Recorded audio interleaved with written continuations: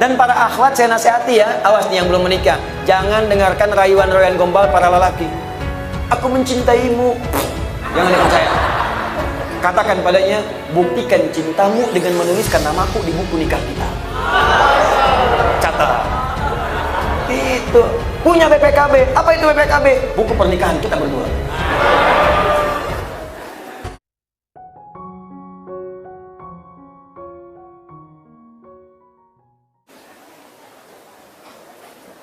Assalamualaikum. Waalaikumsalam warahmatullahi wabarakatuh.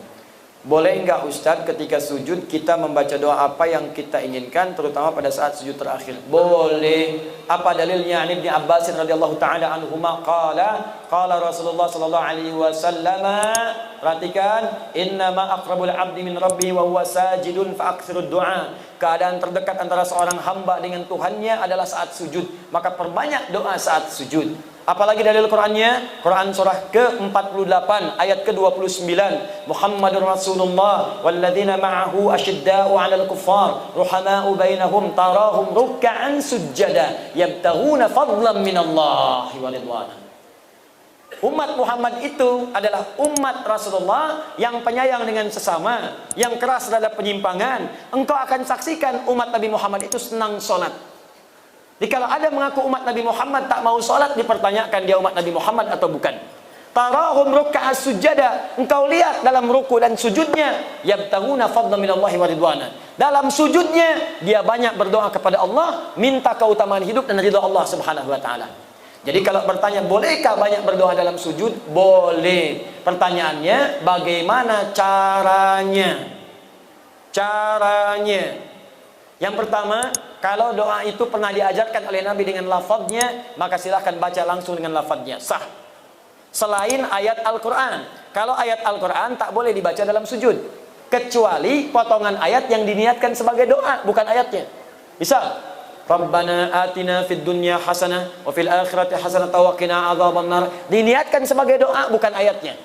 Karena kalau ayatnya lengkap, wa minhum may yaqulu rabbana atina fid dunya hasanah wa fil akhirati hasanah wa qina adzabannar. Surat apa? Al-Baqarah. Ayat berapa? 201. Di mana letaknya? Paling kanan sebelah bawah. Kalau ayatnya, kita boleh baca ayatnya saja, asalkan ditujukan dengan doa. Rabbana zalamna anfusana wa illam taghfir lana wa tarhamna lanakunanna minal khasirin. Kalau ditujukan doa, boleh dengan niat berdoa, bukan karena ayatnya. Boleh bacakan itu sebagai doa. Kalau ayatnya ada di Quran, di mana? Surah ke-7. Apa? Al-A'raf ayat berapa? 23. Jelas ya? Kalau kita tak ada bimbingan bacaan doanya, lafadznya, atau bahkan, maaf, yang kita mintakan tak pernah disebutkan oleh Nabi. Misal, besok anak mau ujian. Zaman Nabi tak ada ujian di sekolah. Besok misalnya ada acara pelantikan jabatan. Zaman Nabi nggak ada pelantikan jabatan. Kita mau sholat malam tahajud, mau berdoa, apakah boleh berdoa dalam sujud? Minta, ya Allah lancarkan proyek saya besok, lancarkan bisnis saya, ringankan tugas beban jabatan saya, luluskan anak saya, cucu saya dalam ujian. Bolehkah? Boleh. Tapi yang paling sharih tak perlu dilafadzkan, cukup dalam hati saja. Jelas?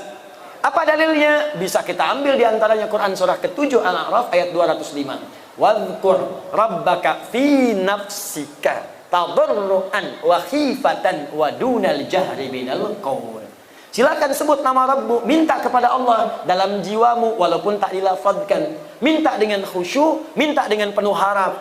Jangan kemudian kau terlampau keras memintakannya, cukup dalam hatimu, hadirkan, mintakan. Begitu dihadirkan, ada terjawab. Ya, dan minta dalam hati ini boleh dalam sujud, boleh juga dalam saat berdiri. Saat membaca kalimat iyyaka na'budu wa iyyaka nasta'in, di hati langsung hadirkan, ya Allah sukseskan bisnis saya, ya Allah lancarkan ujian saya. Apa dalilnya? Hadis qudsi dari Anas bin Malik radhiyallahu taala anhu. Qasamtu shalah baini wa baina 'abdi 'ala nisfain. Kata Allah, saya bagi salat kepada dua bagian antara aku dengan hambaku. Wali 'abdi ma sa'ala, kalau hambaku benar salatnya sampai bacaan tertentu, aku akan kabulkan apa yang dia minta. Sampai pada kalimat wa idza qala al-'abdu iyyaka na'budu wa iyyaka nasta'in. Kalau seorang hamba dalam sholatnya berkata, iyyaka na'budu wa iyyaka nasta'in, qala Allah azza wa jalla, langsung dijawab oleh Allah, hadza baini wa baina abdi. Ini perjanjian, komitmen antara aku dengan hambaku. Wali abdi, kalau hambaku benar sholatnya sampai bacaan tadi, iyyaka na'budu wa iyyaka nasta'in, qala Allah azza wa jalla. Lihat jawaban Allah, wali abdi ma sa'ala. Apapun sekarang yang dia minta, aku akan kabulkan. Tapi tak perlu dilafazkan, dalam hati aja minta. Kalau benar, dikabulkan oleh Allah. Jelas di sini? Wallahu taala a'lam bis-shawab. Ustaz, saya seorang mahasiswa semester awal dan pengamat menikah muda. Doakan saya agar dimudahkan dan segera bertemu dengan jodoh saya. Masya Allah. Kalau ingin bertemu jodoh, jangan selalu jadi pengamat. Nah, ini pengamat menikah muda tapi tak dapat jodoh. Cara mendapat jodoh itu bukan mengamati, tapi berikhtiar untuk mendapatkannya. Ya, kenali, ta'aruf, cari sesuai dengan ukuran Nabi. Tak kenal maka ta'aruf, bukan tak sayang. Tidak semua kenal itu mesti sayang. Bapak kenal dengan istri tetangga kan tidak harus sayang. Tak kenal maka ta'aruf, tak tahu maka berkenalan. Cara ta'aruf yang baik untuk mencari jodoh banyak dari Nabi. Tunkahul mar'atu li arba'in. Kalau ingin cari jodoh perempuan itu lihat pada 4 halnya. Perempuan ke laki-laki juga demikian, lihat 4 halnya. Pertama, li jamaliha, jamaliha. Ingat, bukan jamil, bukan jamilah, jamal. Kalau jamil ganteng, lihat gantengnya. Kalau jamilah cantik, lihat cantiknya. Jamil ganteng, Saiful ganteng, Saiful jamil. Jamilah cantik, Mulan cantik, Mulan jamilah. Tapi kalau jamalah itu adalah penampakan keindahan yang terpampang pada warasnya, pada parasnya. Di bagaimana kalau ditatap jadi senang? Kata orang cantik itu relatif, jelek itu mutlak. Tapi ada orang yang wajah biasa, tapi kalau ditatap indah, enak, suaranya merdu. Memang parasnya 100%, tapi cerewetnya 1000%. Nah enak juga. Coba Sayyidah Khadijah, istri Nabi, dengan Sayyidah Zainab binti Jahsy, cantik mana di antara itu? Bagus. Kalau tahu saya akan tanya, sudah pernah lihat? Kata orang, cantik paras itu Sayyidah Zainab. Mata kalau melihat tak berkedip, wajah tak berpaling. Tapi yang disebut dalam mimpi Nabi Sayyidah Khadijah. Lihat Al-Bukhari, Kitab Badul Wahyi, nomor hadis yang keempat sampai 5, dari kanan sebelah bawah sampai kiri atas.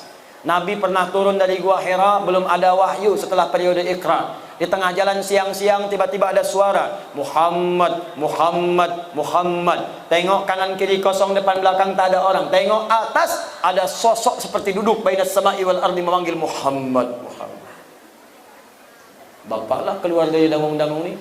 Siang-siang kosong, tak ada orang. Begitu keluar, tak ada orang, kanan kiri kosong, depan belakang kosong. Tiba-tiba ada panggilan.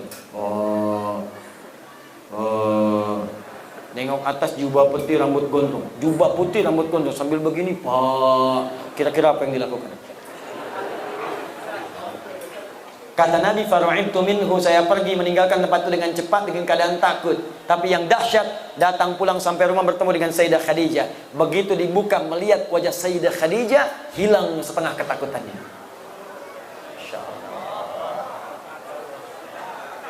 Jika dia ditatap, maka damai hatimu, kata Nabi. Calon istri yang baik ketika dilihat Sayyidah Khadijah, baru lihat wajah istri, masalah hilang. Setengah masalah hilang. Apa kata Nabi? Dathiruni, dathiruni. Di riwayat lain, zammiluni, zammiluni. Selimuti saya, selimuti saya. Saya khawatir. Dibawa, digandeng, masuk ke kamar, diselimuti. Keluar kalimat yang indah. Zaujil karim, makna. Sayang, engkau itu orang baik. Engkau menyambung silaturahim. Engkau senang memberi. Engkau orang baik dalam kehidupan. Engkau tak punya musuh. Tanamkan dalam jiwamu yang paling dalam. Aku akan bersamamu dalam suka dan duka. Seketika hilang masalahnya. Turun malaikat yang tadi membawa surah Al-Mudaththir, surah ke-74. Ya ayyuhal mudaththir, qum fa'anzir. Itu asbabun nuzulnya tadi. Jadi sekarang bagaimana caranya? Masya Allah, Bu, pulang ke rumah. Pastikan suami lihat ibu, hilang masalah. Pulang dari kantor, pulang dari pasar, ada masalah di pasar. Nyampe rumah, assalamualaikum. Waalaikumsalam. Dengar suara istri, alhamdulillah tenang. Begitu dibuka, tambah masalah. Nah, ini pertama lah. Ya. Kedua, nasabiyah, lihat dari mana dia berasal, supaya tidak menimbulkan fitnah. Cari ukurannya. Ketiga, kemudian apa yang terjadi? Kata Nabi, lihat juga lima liha. Ada yang menafsirkan adalah kekayaan hartanya. Tapi saya cenderung kepada penafsiran kemampuan dia mengelola harta suaminya. Awas, kadang banyak yang salah tafsir. Oh, kalau yang kaya, saya cari aja janda kaya, saya nikahin kaya saya. Tidak. Saya cari aja anak orang kaya, saya nikahin jadi kaya. Tidak.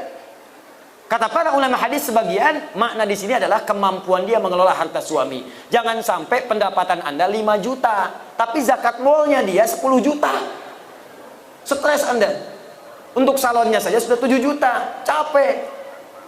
Yang terakhir, yang keempat, lidiniha, ketaatannya kepada Allah. Ya, fadfar bidzatid dini taribat yadak. Kalau ada yang keempat ini yang paling dahsyat. Karena itu Bu, Pak, maaf ya. Kalau ada seorang pemuda, akhlaknya baik, agamanya bagus, Qur'annya hafal, taat pada Allah, kata Nabi, jangan ditolak tuh karena sulit untuk menemukannya. Jangan dihilangkan peluangnya, cepat. Sekarang sedang marak di Indonesia, Jakarta, Bekasi sekitarannya, mahar untuk menikah, sekarang rata-rata hafal berapa juz. Ada seorang pemuda datang melamar kepada anak kiai, anaknya cantik luar biasa, taat salihah. Ternyata bukan dia saja yang datang, 2 orang lain datang, 3 orang datang mau mengajukan lamaran. Begitu datang pertanyaan kiainya bukan yang lain, Quran. Ananda siapa namanya? Saya Anas, Pak. Baca surat An-Nas. Baca. Bagus. Kalau Ananda siapa? Saya Torik, Pak. Baca surat At-Torik. Bagus.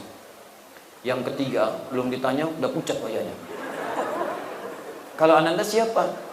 Saya Imran, Pak. Tapi dia tak hilang akal. Cuma panggilan sehari-hari, kulhu, Pak.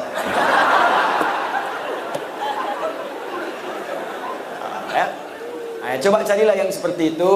Yang ikhwan juga demikian. Coba ta'aruf yang baik. Kalau sudah jangan lama-lama, ya. Lamar dengan baik. Doa malamnya istikharah. Nampak dia, besoknya lamar. Doakan, sentuhlah ia tepat di hatinya. Maka ia akan jadi milik untuk selamanya. Bikin status. Udah datang. Dan para akhwat saya nasihati ya, awas nih yang belum menikah, jangan dengarkan rayuan-rayuan gombal para lelaki. Aku mencintaimu. Jangan dipercaya. Katakan padanya, buktikan cintamu dengan menuliskan namaku di buku nikah kita. Catat. Itu punya BPKB. Apa itu BPKB? Buku pernikahan kita berdua. Masya Allah. Kenapa nyampe sana ini? Dah, 3 menit lagi saya jawab. Bismillahirrahmanirrahim. Ustadz, bagaimana caranya kita berdoa kepada Allah supaya hati kita tenang, hati kita terang? Caranya yang berdoa. Minta kepada Allah supaya diterangkan hati. Bagaimana caranya? Yuk kita mulai beberapa bagian dari Al-Quran. Pertama, tingkatkan zikir kepada Allah. Apa itu zikir?